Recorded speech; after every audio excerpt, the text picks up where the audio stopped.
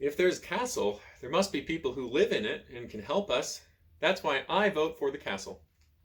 I'm with you, says Fox, leaping to his feet and sinking to his belly in cloud. I second your decision, says Owl.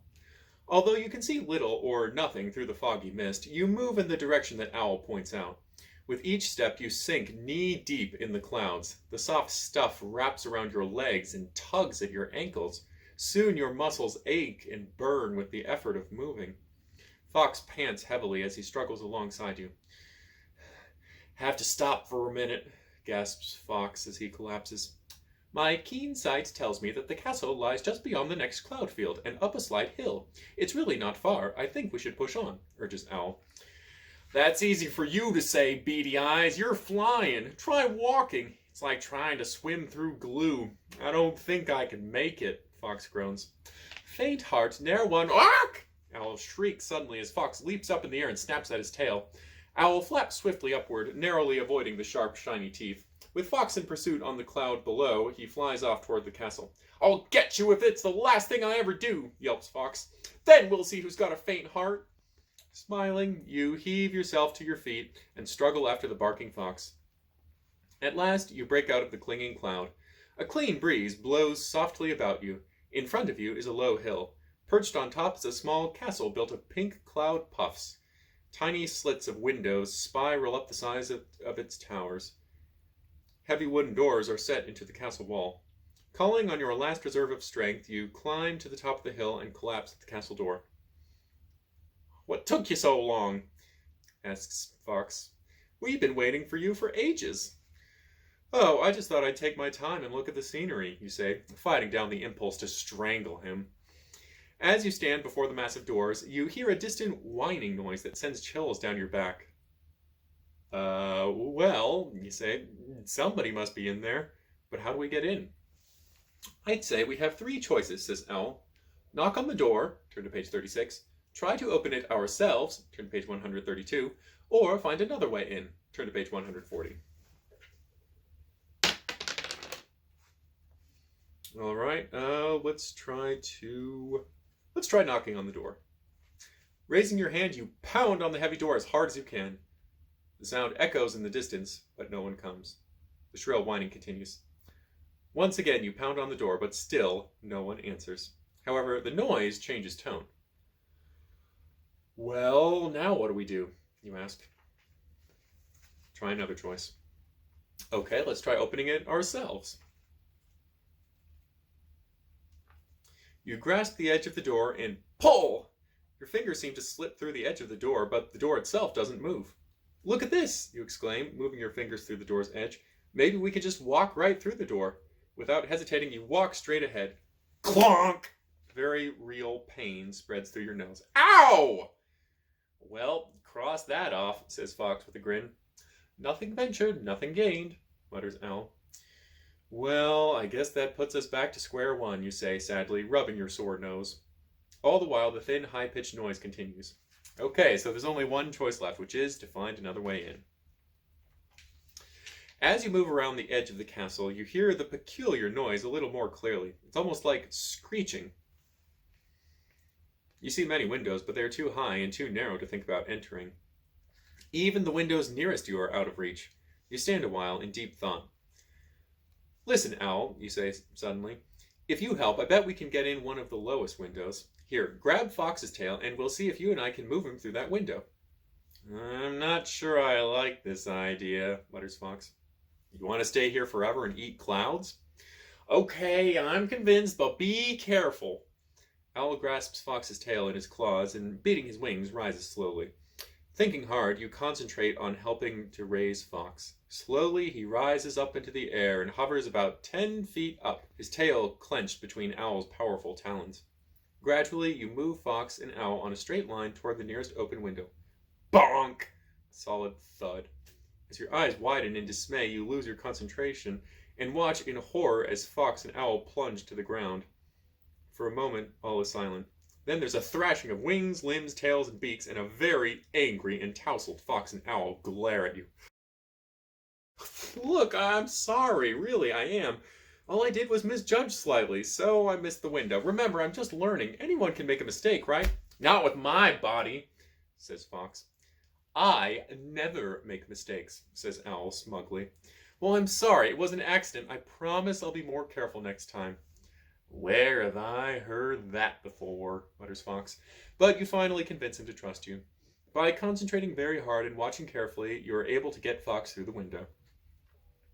Then Owl comes back to help you. Although it's harder to do, you manage to levitate yourself through the window.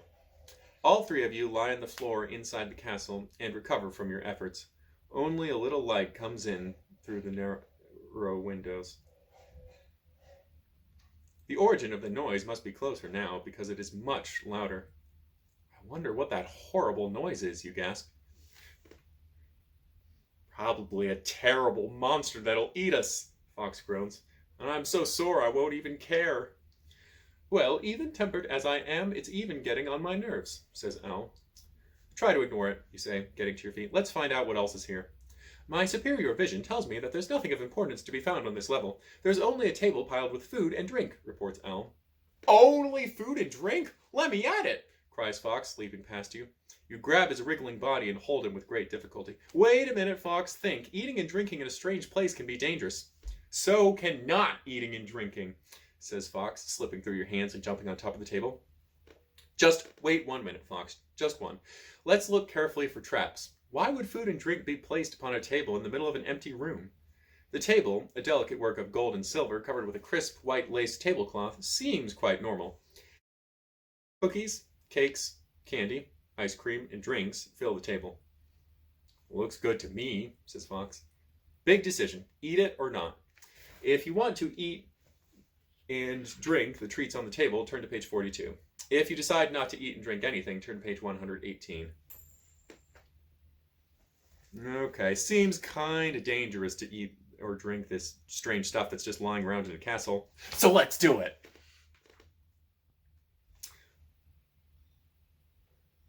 Looks fine to me. I'm hungry. Let's eat. What could possibly happen? Growls Fox as he leaps on the top of the table. He sticks his muzzle into a large chocolate cake and begins to eat hungrily. Well, young one for all and all for one, says Owl, picking up a piece of candy and swallowing it whole. All right, I guess so. And anyhow, it's too late now, you say as you pick up a glass of some pale pink liquid and take a long drink. See, that wasn't so, says Fox as he fades and disappears from sight. Fox, where are... cries Owl in alarm as he too disappears. Fox, Owl, come back, you cry. And then you feel soft, smooth, soothing warmth, and then nothing at all. In the empty room, in the partially empty castle, a half-eaten chocolate cake becomes whole. A piece of candy arranges itself on a plate, and a half-empty glass refills itself. Then all is still, except for the thin, shrill noise that continues unheard. The end. Yeah, clearly Jamie did not read his fantasy books. It would have told him that a feast lying around in a mysterious castle is a trap. Okay, so what would have happened if we'd gone the other way? Look, we're not going to eat or drink anything unless we know where it comes from. It's too easy to slip poisons and potions into food and drink. As long as I'm in charge, I say no eating or drinking. Look, kid, I hate to remind you, says Fox patiently, but it's thanks to you that we're here at all. And as far as being in charge goes, I vote we make it a democracy. Let's vote from now on. I'll feel safer. Okay, I vote for not eating or drinking, and I vote for exploring the castle to find out what that horrible noise is, you say. I second Jamie's notion, says Owl. All right, I lose this time, but I won't always, says Fox. Passing the tempting table, the three of you agree to spread out to explore the castle for a short time, then gather to report your discoveries. You let yourself be drawn toward the noise, and it grows louder and louder as you approach a staircase at the end of the hall. You stop there, however, and then double back to meet the others. There's nothing to be seen except a few broken windows and dents in the walls, reports Owl. All I found were lots of broken toys on the floor, says Fox in disgust, spitting out a headless doll. Odd, very odd, you say thoughtfully. Well, I think I found where the noise is coming from. A staircase at the end of the hall. It doesn't sound like it's going to stop, you add, listening to the sound of the screeching. Let's go find out what it is. And then push it out a window, grumbles Fox. The three of you climb the steep, winding stairway, your feet hesitating as the horrible noise grows louder as you climb. The stairway ends abruptly in a single door.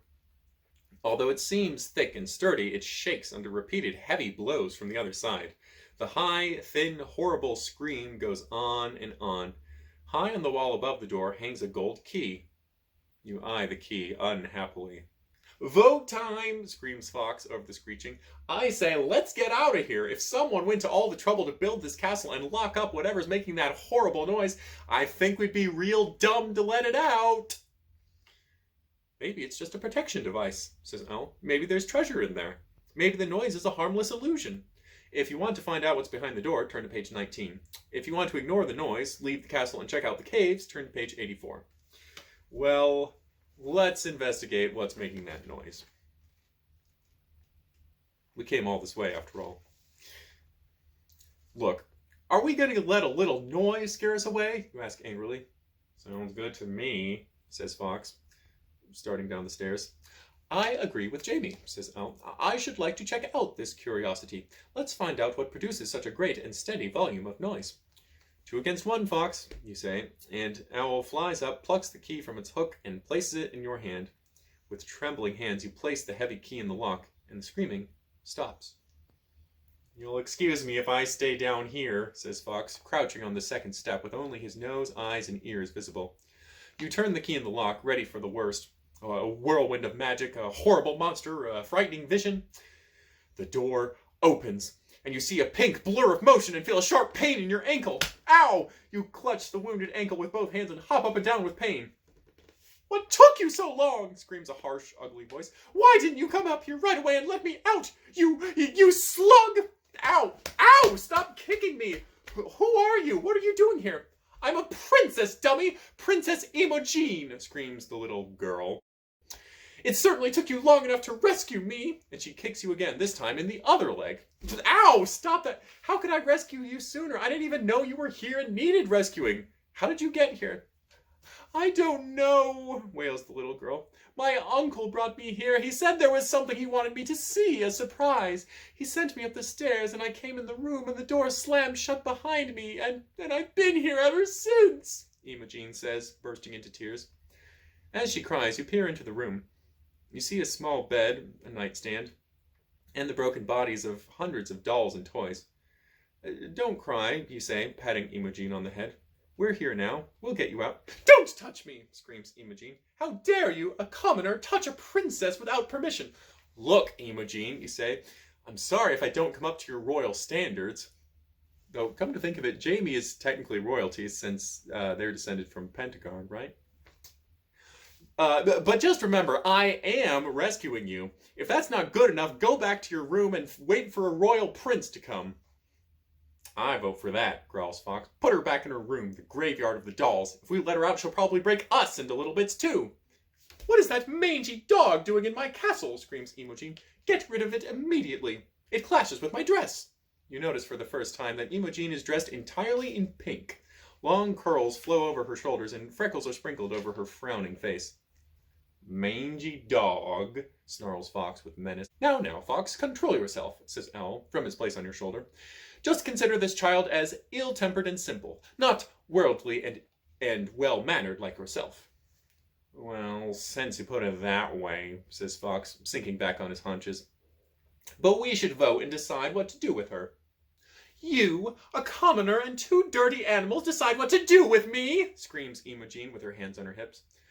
We 3 are a democracy, Imogene. We make all important decisions by voting, and the majority rules. Fox and Owl may only be animals to you, but they are my best friends, and I value their opinions. Sniffs Imogene. Well, let's put it to a vote, you say. As you speak, Fox leaves the safety of the steps and sits at your feet. Should we take her with us? Turn to page 53. Or should we leave her here and go on by ourselves? If you do that, you'll be very sorry, screeches Imogene.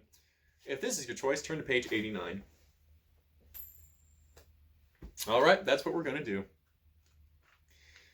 I don't like her, snaps Fox. She's rude, nasty, and loud. I say we leave her here. I agree with my furry colleague, says Elle. The princess would find our activities entirely unsatisfactory and disrupt the party. I, too, vote to leave her. You glance fearfully at Imogene, whose face is turning a deep, dark red. I'm sorry, Imogene, you say nervously. I really wouldn't have minded a whole lot if you had come, but the majority rules. So I guess we'll be going now. It's been real nice meeting you. I hope everything works out all right for you. Take care of yourself. You add as you edge toward the door. Thud! The heavy door slams shut behind you. Click! It locks itself. Ha! If I can't leave, neither can you, shouts Imogene gleefully. What? Let me out! Hollers Fox. Calm yourself, Fox, says Owl. Jamie will unlock the door and we'll leave.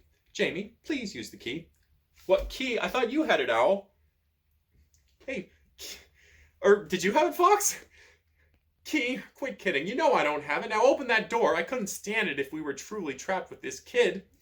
You open your empty hands and stare in horror at your friends. Imogene smiles smugly, then opens her mouth and begins to scream. The end. Okay, let's take her with us. Please take me with you, cries Imogene. I'll try to be nice. Really, I will. Please don't leave me here by myself. You look into the tear-stained, grubby face, and for the first time you see just a lost, frightened, unhappy little girl. I think we should take her, you say.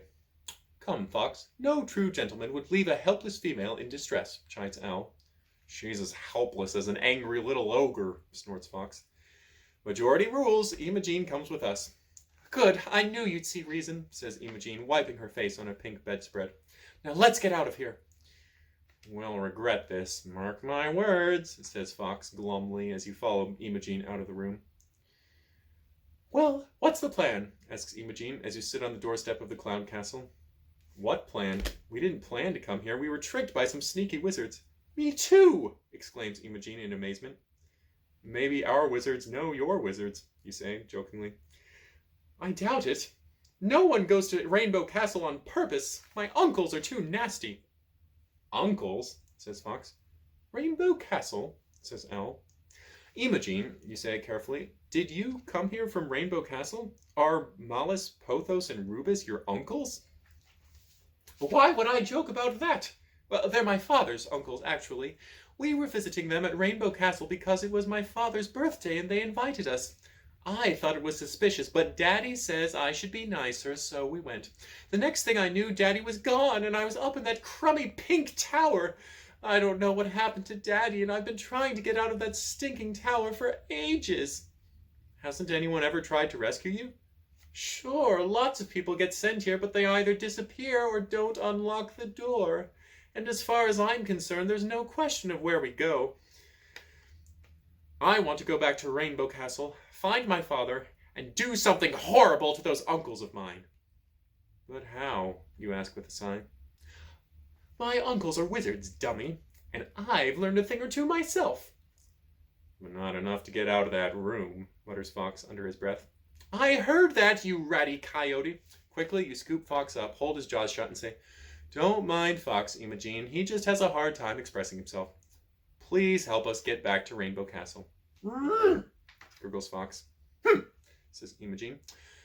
Oh, very well. Everyone hold hands and close your eyes.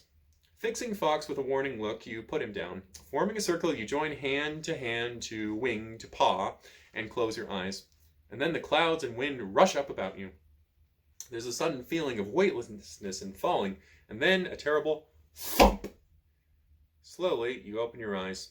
You're lying on the hard stone floor of Rainbow Castle. I did it! Exclaims Imogene, rising unsteadily to her feet. I may never move again, moans Fox. We couldn't be that lucky, says Owl. Get up, says Imogene, poking you with her foot. I want to find my uncles. But Imogene, we can't. The rules were that we stay out. You dummy, do you think they keep the rules?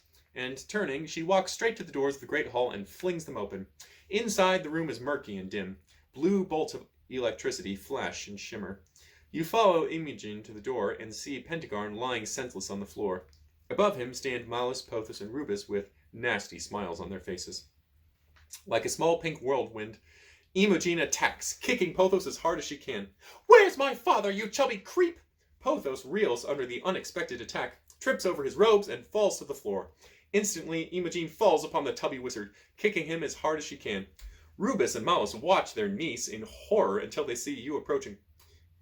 Quick, Malice, do something! That brat got back here somehow, cries Rubus.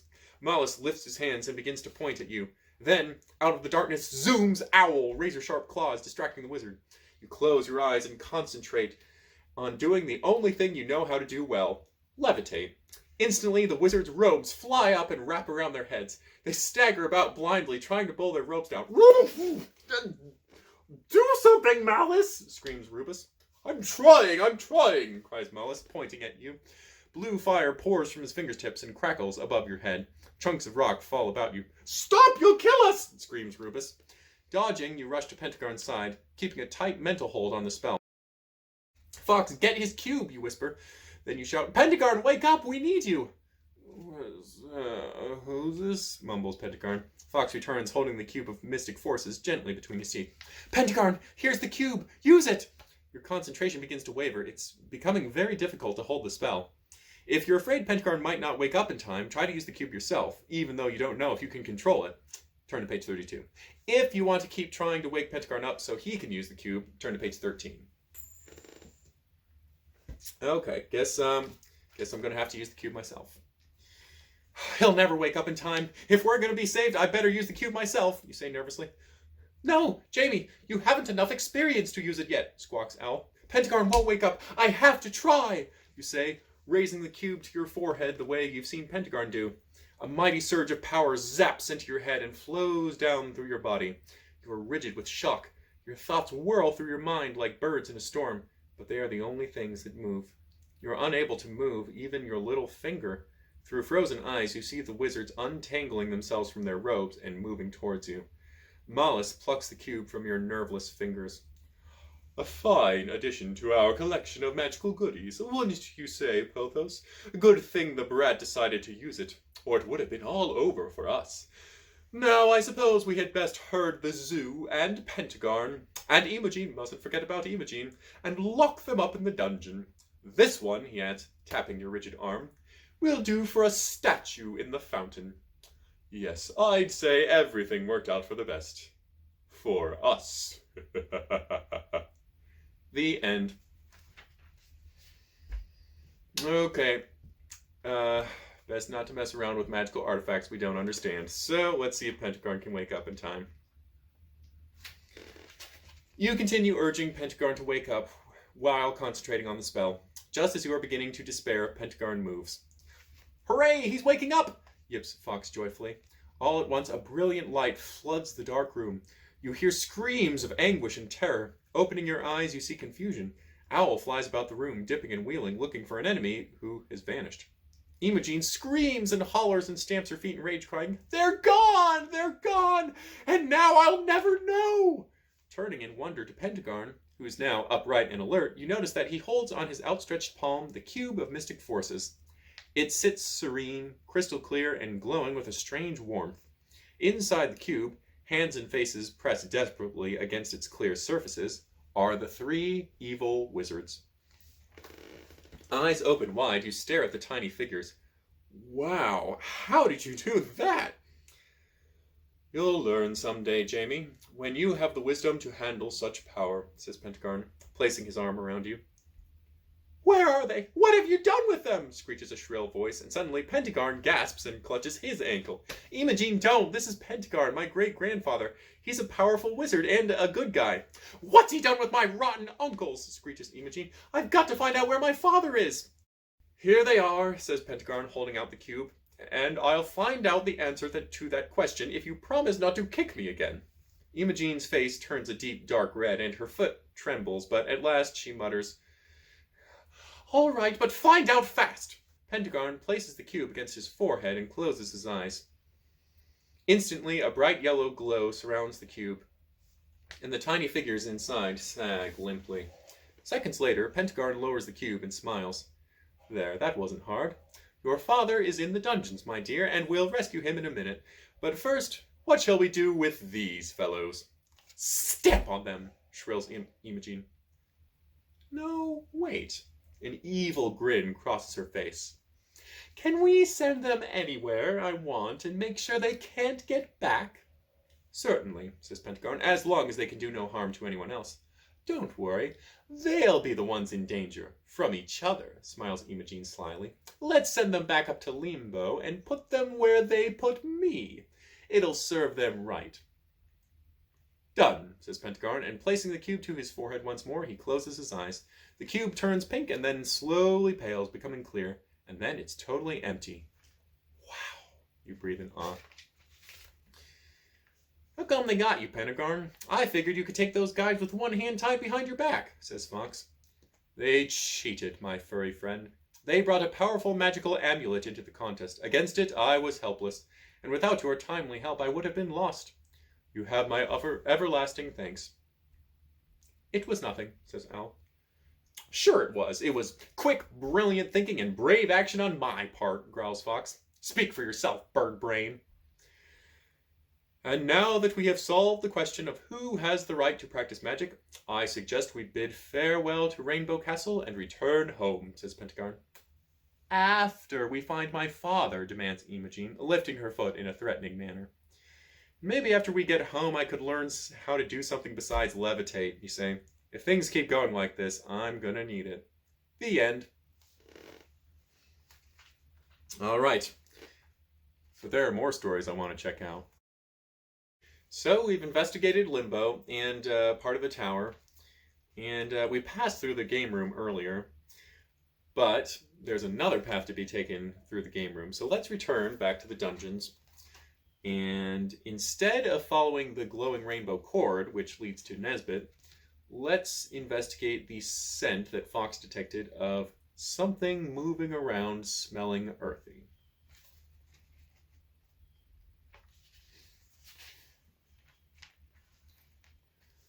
Let's go this way. It smells kind of earthy. Maybe it's the way up, you say. Yeah, sure, and maybe I'm a cute little bunny rabbit, grumbles Fox. I see strange lights ahead, says Owl. Now you too can see lights shimmering and shining with a rainbow-like glow. Looking at one closely, you see that it seems to be a fungus growing on the tunnel wall. As you go on, the stone floor of the tunnel turns to rich, loamy soil. The tunnel itself widens into a cavern. The flickering light is just bright enough to show another corridor on the far side of the cavern. You also notice swaying, moving shadows on the walls.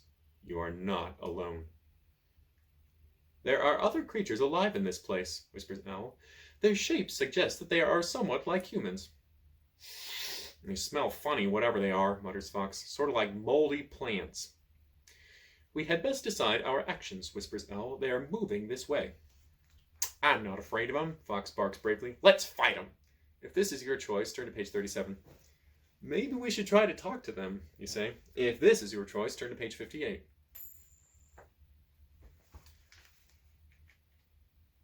Let's talk. Bulky forms stop in front of you. Others circle behind you. You are surrounded.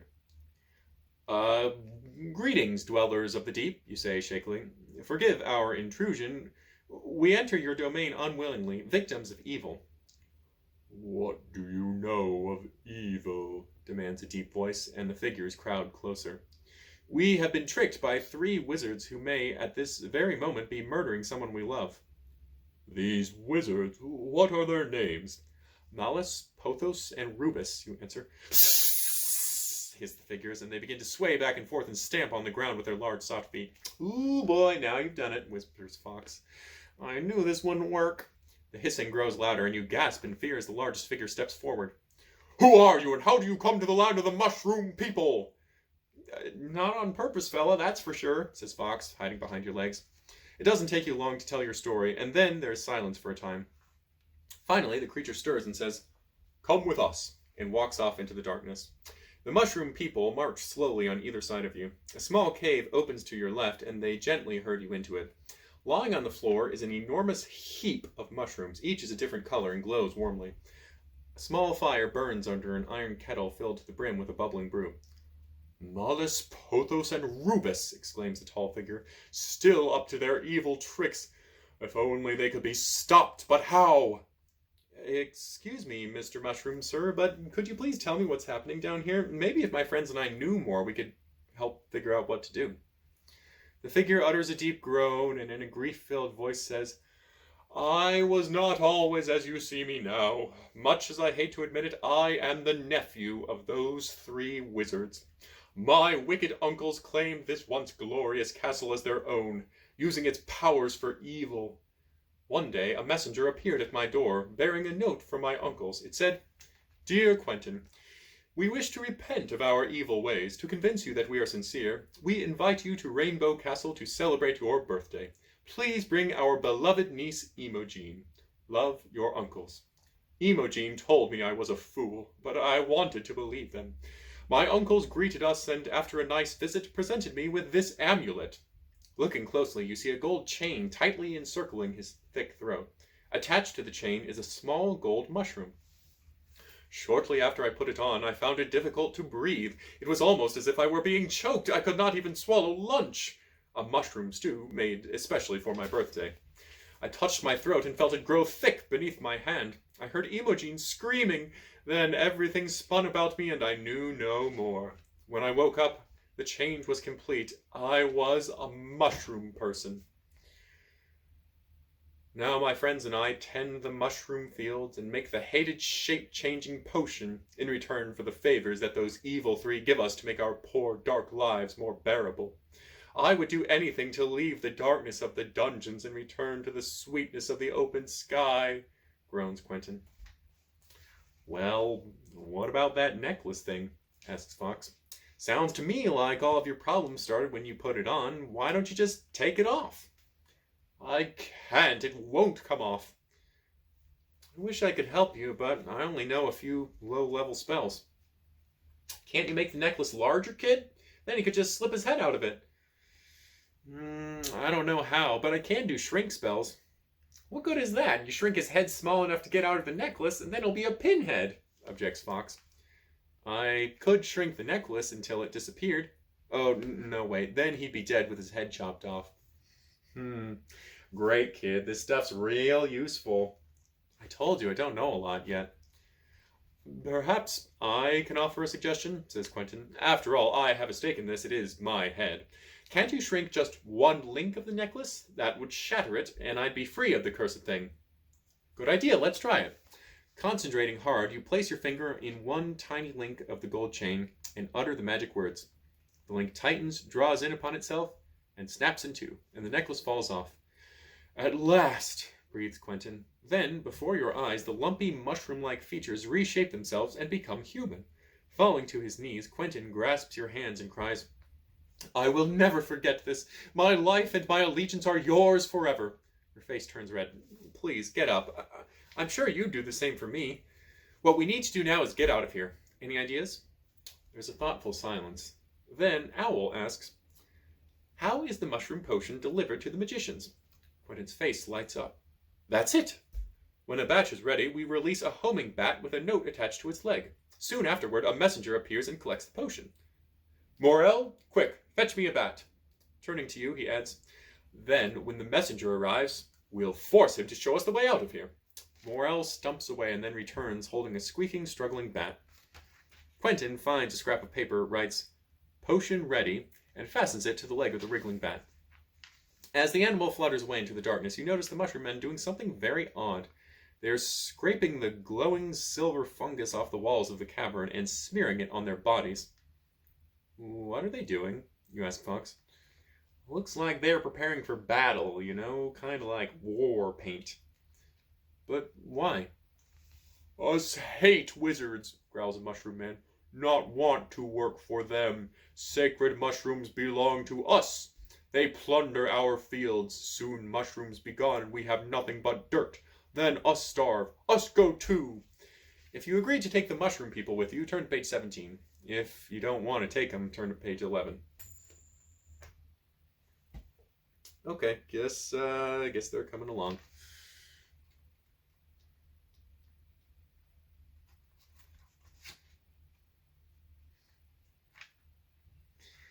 If these guys scare us, and we're kind of used to them now, Imagine how those wizards upstairs will feel, says Fox. The element of surprise would indeed be useful, adds Owl. All right, we'll all go, you say. Let's get ready then. The messenger should be here soon, says Quentin. The mushroom men hide themselves in another corridor, and you, Fox, Owl, and Quentin crouch beside the cave entrance, waiting quietly. Soon you hear footsteps hurrying toward you, and a figure passes through the doorway. Instantly, all of you fling yourselves upon the figure and bring him crashing to the ground. A muffled snarl erupts from beneath you. You dare lay hands upon a wizard's official messenger! We'll lay more than hands on you if you don't cooperate, snarls Fox, showing his long white fangs. I won't do it, no matter what it is you want, and no matter how you threaten or bribe me, I won't show you the way out of here. Well, if you won't show us, I guess you'll just have to stay here, says Quentin, with a nasty smile.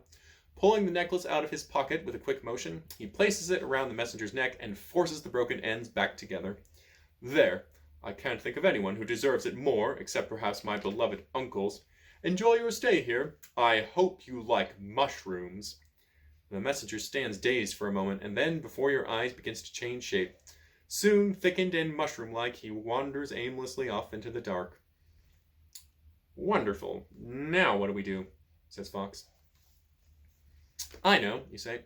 Quentin, do you have any more of those homing bats? We could tie a string on its leg and follow it. Turn to page 106.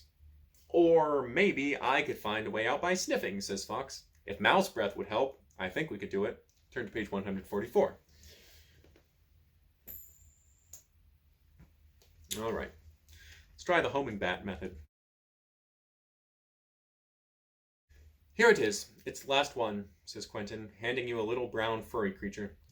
As it chirps and twitters in your hands, Owl peers down from your shoulder and says, I fear this is an unwise course of action. Perhaps I should just eat the creature and take it off your hands. Yeep! Screeches the bat. Owl, behave yourself, you say. We need its help. Excuse me, says Owl. A brief lapse. I don't know what came over me. Quickly you unravel the edge of your tunic and tie a thread to the leg of the bat. As Owl glares hungrily, the bat squeaks and flies off into the tunnel. The string rips through your fingers. Let's go! It's working! You cry, rushing into the dark tunnel.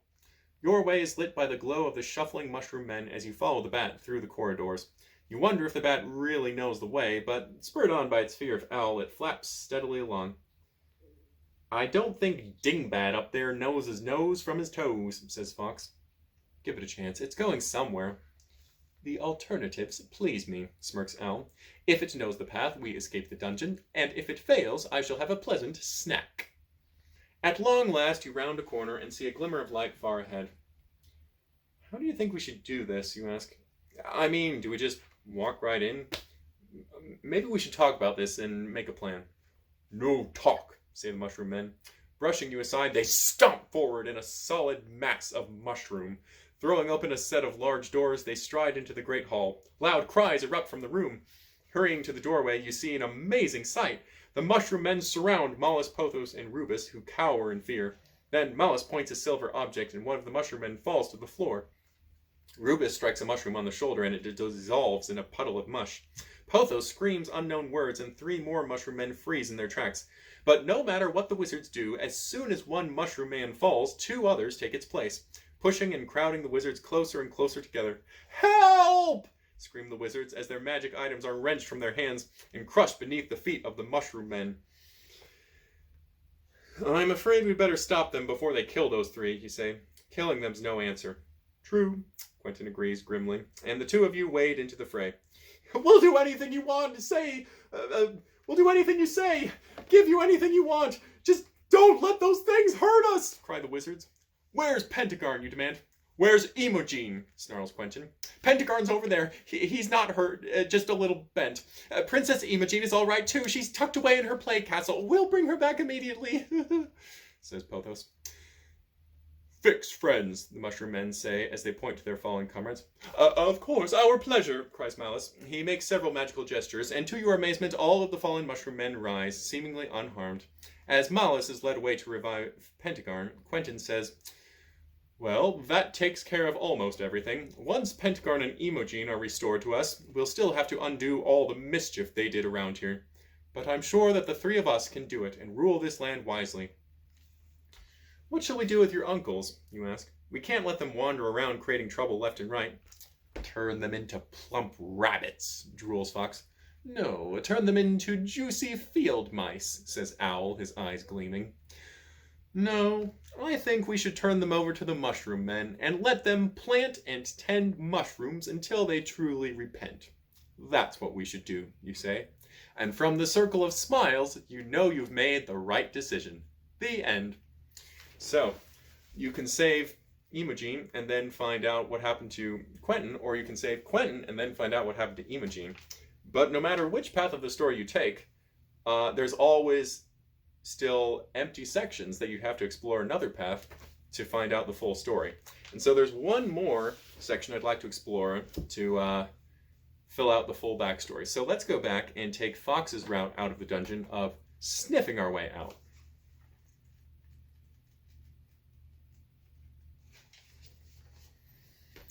Fox sniffs the ground all around the room and then says, "Let's go down this passage."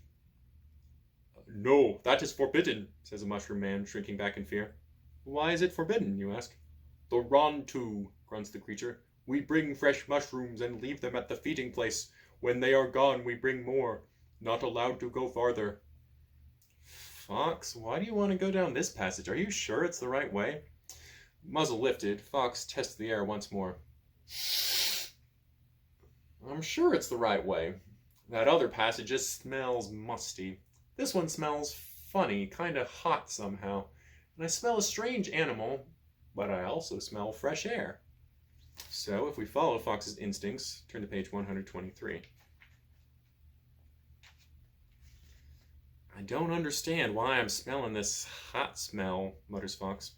Turning a corner, you stumble over a slab of rock heaped high with mushrooms.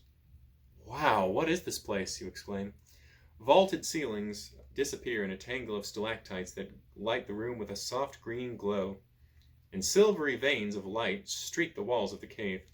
Black, glittering sand crunches underfoot. "Look at this!" barks Fox in alarm. Hurrying to his side, you stare down at the prints of two enormous clawed feet. "Rantu! Rantu!" scream the mushroom men in terror. They turn and run away. What does Rantu mean? You wonder aloud. "It's the monster who eats mushrooms," says Quentin. "And although I have never seen it, its presence does seem a good reason for turning back." "Quentin, if we're going to get out of here, we're going to have to take a few risks. If we're careful, the Rantu won't ever see us." "I wonder if this Rantu eats birds," Owl chirps thoughtfully. Moving quietly, the four of you follow Fox out of the cavern. The corridor you enter is most unusual, nearly 20 feet high and almost as wide. The same kind of silvery streaks in the walls of the corridor light your way. A spring of cold, clear water pours out of the wall and cascades down the corridor in the direction you're going. You trudge onward, keeping alert, watching for the dreaded Rantu. "Gosh, it's warm," complains Fox. "Maybe a drink of water will help." "It is getting warm in here," says Quentin, loosening his shirt. "Ow!" screeches Fox, jumping back from the stream and rubbing his nose in anguish. "My nose! My nose!" And even as you watch, Fox's nose puffs to twice its normal size. The stream! It's hot!" barks Fox. Quickly, you open your pouch and bring out a small jar of healing lotion.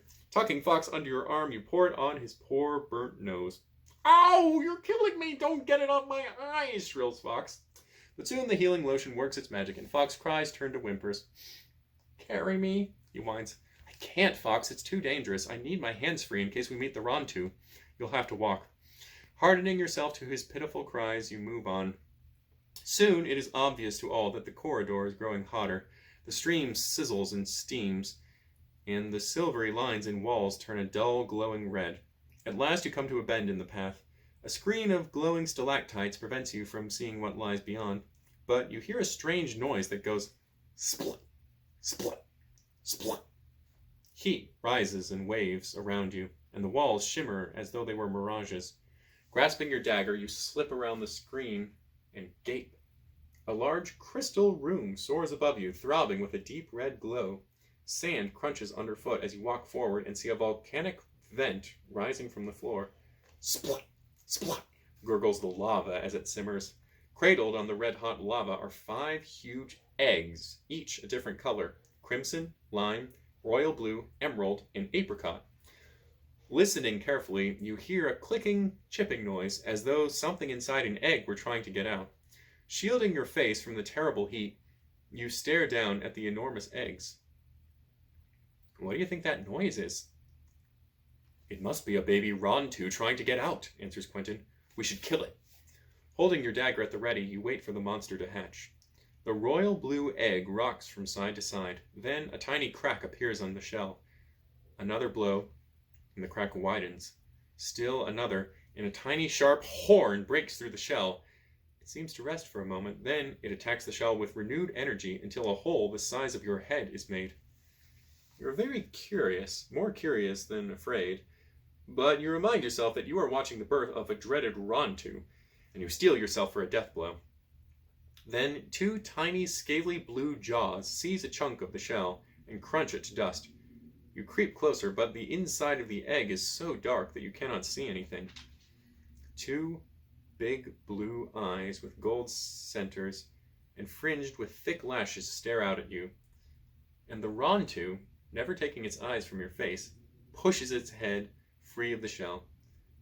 Spellbound, you stare into its eyes. Kill it! Cries Quentin. Run, Jamie! Cry Fox and Owl. But your friend's cries are like the wind as you stare at the creature before you. There is great intelligence and love in the eyes of the Rantu. A great yearning for something you never even knew you lacked fills your chest. And love flows from you to the Rantu, who accepts it without question. Haltingly, you reach out, ignoring the terrible heat, and break away the rest of the shell. The shell crumbles, and there, floating on a pool of lava, is a baby dragon. Royal blue from the tip of its egg tooth to the last perfect shining scale, the dragon flutters its wet wings and steps out of the lava. Retreat! Begs Owl, but you stand fast. And the dragon unfurls its gauzy blue wings, lifts hesitantly into the air, lands in your waiting arms, and sighs, Mama, in a tiny, whispery voice.